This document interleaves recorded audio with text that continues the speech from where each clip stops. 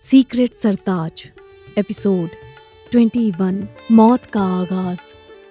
सरताज की आंखों में गहरी हैरानी थी।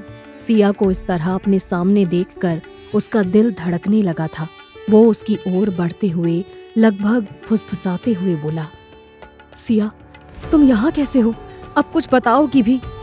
वो उसकी ओर देखते हुए हल्की मुस्कान के साथ बोली, तुम्हें शायद याद नहीं सरताज, पिछले जन्म में इसी दुनिया में जब रक्षित ने मुझे मारा था तो मैं मरने से बच गई थी। जब होश आया तब तक तुम इंसानों की दुनिया में जा चुके थे। मुझे तुम्हारे पास आने का कोई तरीका नहीं मालूम था। जब मेरे माता पिता नहीं रहे तो इस राज को मैंने अकेले संभाला, पर अब तुम आ गए हो, सब कुछ ठीक हो जाएगा। ये सुनकर सरताज का मुंह खुला का खुला रह गया। उसके दिमाग में एक के बाद एक कई सवाल आने लगे। सरताज की आंखों में उलझन थी। वो कदम पीछे हटाते हुए गहरी सोच में पड़ गया। उसके चेहरे पर संघर्ष साफ दिख रहा था। सरताज ने परेशान होकर सिया से कहा, अब मैं क्या करूं सिया? जिस सिया से मैं प्यार करता हूं वो इंसान है, और तुम यहाँ हो, वहां कौन है? वो कौन है जिससे मैं प्यार करता हूं? सिया ने गहरी सांस ली और सरताज को संभालते हुए कहा, सरताज, इस दुनिया में एक शक्ल और एक आत्मा के 7 इंसान होते हैं। वो भी मेरा ही एक रूप है, लेकिन मैं तुम्हारी असली सिया हूँ सरताज। वो सिया जिससे तुम प्यार किया करते थे, वो सिया जिसके लिए तुम दूसरी दुनिया में गए थे। सरताज के चेहरे पर उलझन के साथ दुख झलक रहा था। वो नहीं जानता था कि किस पर विश्वास करे। क्या है आखिर सच? सिया की बातों ने उसे और भी उलझा दिया था। उसके दिल और दिमाग के बीच एक गहरी लड़ाई चल रही थी। वो अपनी सिया को याद कर रहा था, लेकिन वो इस वक्त उस सिया की आंखों में देख रहा था जो उसके सामने खड़ी थी। सरताज के कदमों में ठहराव था, जैसे उसके दिल में कुछ अधूरा रह गया हो। उसकी नजरें उस महल से बाहर की ओर उठीं, लेकिन सिया ने उसका हाथ पकड़ लिया।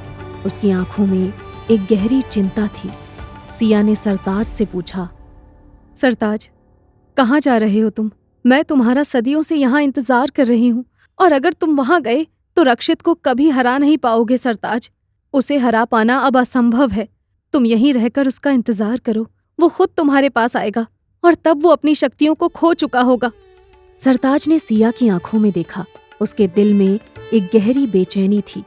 उसे समझ नहीं आ रहा था कि सिया क्या कहने की कोशिश कर रही है, लेकिन उसका दिल नहीं मान रहा था। वो अपने कदमों को वापस खींचते हुए बोला, लेकिन सिया, मुझे जाना होगा। मैं यहाँ नहीं रह सकता। उस दुनिया में जो सिया है जिससे मैं प्यार करता हूँ, पता नहीं क्या कर रहा होगा रक्षित उसके साथ। पता नहीं वो किस हाल में होगी, पता नहीं जिंदा भी होगी या फिर। इससे आगे सरताज कुछ कह नहीं पाया। उसके शब्द उसकी जुबान में ही रह गए। सिया ने उसकी बातों को महसूस किया। उसकी आंखों में नमी थी, लेकिन वो अपने दिल को मजबूती से थामे हुए थी।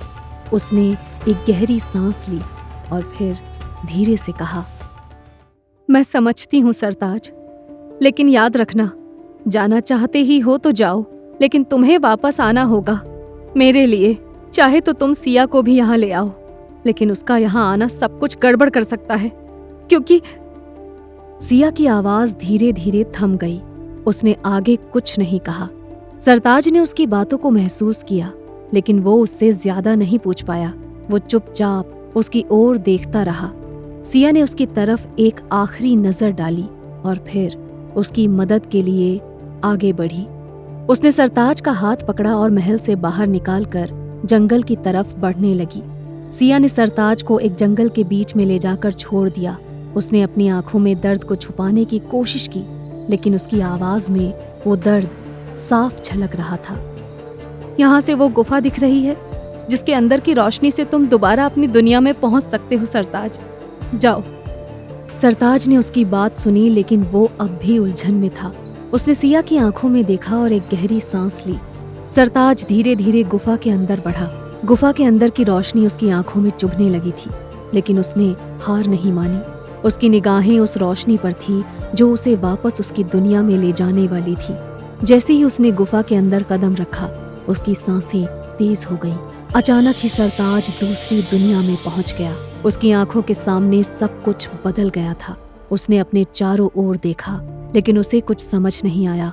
उसका दिल तेजी से धड़कने लगा। फिर उसे याद आया कि वो अपने ही शहर में है। वो सिया के घर की ओर भागा। कुछ ही देर में जब वो वहां पहुंचा तो चारों तरफ देखने लगा, लेकिन वहां सिया कहीं नहीं मिली। सरताज की आंखों में चिंता साफ दिख रही थी। वो सिया को ढूंढने के लिए बेचैन था। उसने जल्दी से रक्षित के घर की ओर कदम बढ़ाए। उसका दिल तेजी से धड़क रहा था और उसके मन में अजीब सी आशंका भर गई थी। जैसे ही वो रक्षित के घर पहुंचा, उसकी आंखों के सामने का दृश्य देखकर उसका खून खौल उठा। सिया की मांग में सिंदूर था, जिसे देखते ही सरताज के होश उड़ गए। रक्षित ने सिया से जबरदस्ती शादी कर ली थी।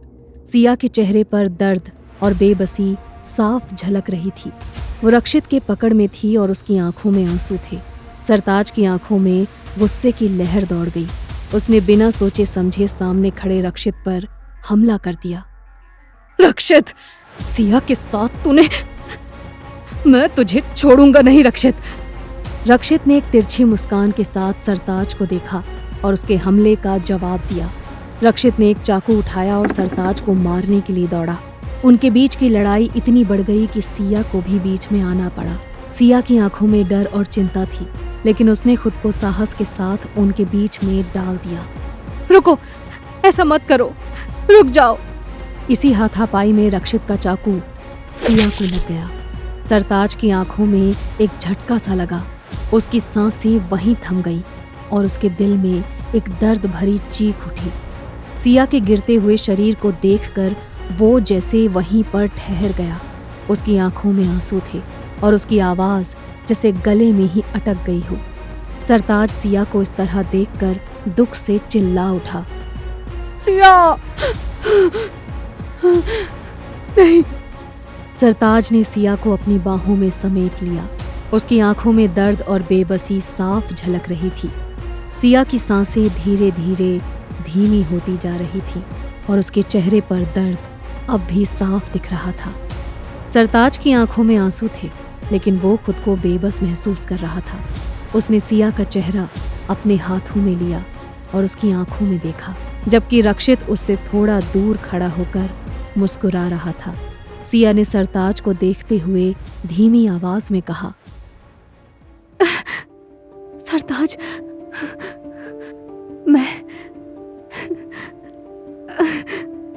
हमेशा तुम्हारे साथ हूं। सिया की आवाज धीमी होते होते थम जाती है। सरताज की आंखों से आंसू बहने लग जाते हैं। उसने सिया को अपने सीने से लगा लिया और उसकी आंखों में गहरे दर्द की लहर दौड़ गई। सरताज की आंखों में दर्द और गुस्से की लहर थी। उसने सिया को अपनी बाहों में समेटे रखा और उसकी आंखों से आंसू गिरने लगे। रक्षित की ओर देखते हुए उसने अपने गुस्से को काबू में रखने की कोशिश की, लेकिन उसका दिल तड़प उठा।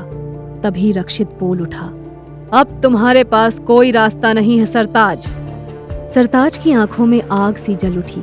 उसने सिया के शरीर को धीरे से जमीन पर रखा और खड़ा हो गया। उसके चेहरे पर गुस्से और दर्द की मिली जुली भावना थी। उसने रक्षित की ओर देखा और उसकी आंखों में एक ज्वाला सी उठी। तूने मेरी सिया को मुझसे छीन लिया, अब मैं तुझे नहीं छोड़ूंगा रक्षित, नहीं छोड़ूंगा मैं तुझे। सरताज अपने गुस्से को रक्षित पर उतारने के लिए आगे बढ़ा, लेकिन रक्षित ने अपनी शक्तियों का इस्तेमाल किया और उसे पीछे ढकेल दिया। सरताज की आंखों में एक बार फिर दर्द और बेबसी झलकने लगी, लेकिन उसने हार नहीं मानी। सरताज ने अपनी आखिरी ताकत जुटाकर रक्षित पर फिर से हमला किया।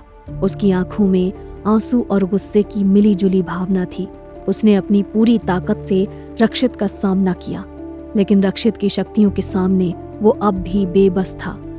मैं हार नहीं मानूंगा, सिया के लिए मुझे करना होगा, मैं हार नहीं मान सकता। लेकिन जैसे ही सरताज ने अपनी आखिरी कोशिश की, रक्षित ने उसे जमीन पर पटक दिया और उसके सीने पर एक धारदार हथियार से हमला किया। सरताज के शरीर से खून बहने लगा और उसकी आंखों में एक दर्द भरी चीख थी। उसने अपने हाथों से जमीन को पकड़ लिया और उसकी आंखों में सिया की तस्वीर तैरने लगी। तुम कभी मुझे नहीं हरा सकते सरताज। सरताज की आंखों में आंसू थे, लेकिन वो बेबस था। उसकी सांसें धीमी हो रही थीं और सरताज का शरीर अब थक चुका था। उसने अपनी आखिरी ताकत जुटाकर रक्षित की ओर देखा और उसकी आंखों में गहरे दर्द की लहर दौड़ गई। सिया, मैं तुम्हें नहीं, मैं तुम्हें कहीं नहीं जाने दे सकता, नहीं। सरताज ने अपनी आंखें बंद कर ली और उसकी सांसें थमने लगी। उसकी आंखों में आंसू थे और उसकी आवाज़ धीमी हो गई थी। क्या सरताज और सिया अब मर चुके हैं? अब क्या करेगा रक्षित और कैसे इंसाफ होगा सरताज और सिया के साथ? जानने के लिए सुनते रहिए सीक्रेट सरताज, दस्तक दूसरी दुनिया की।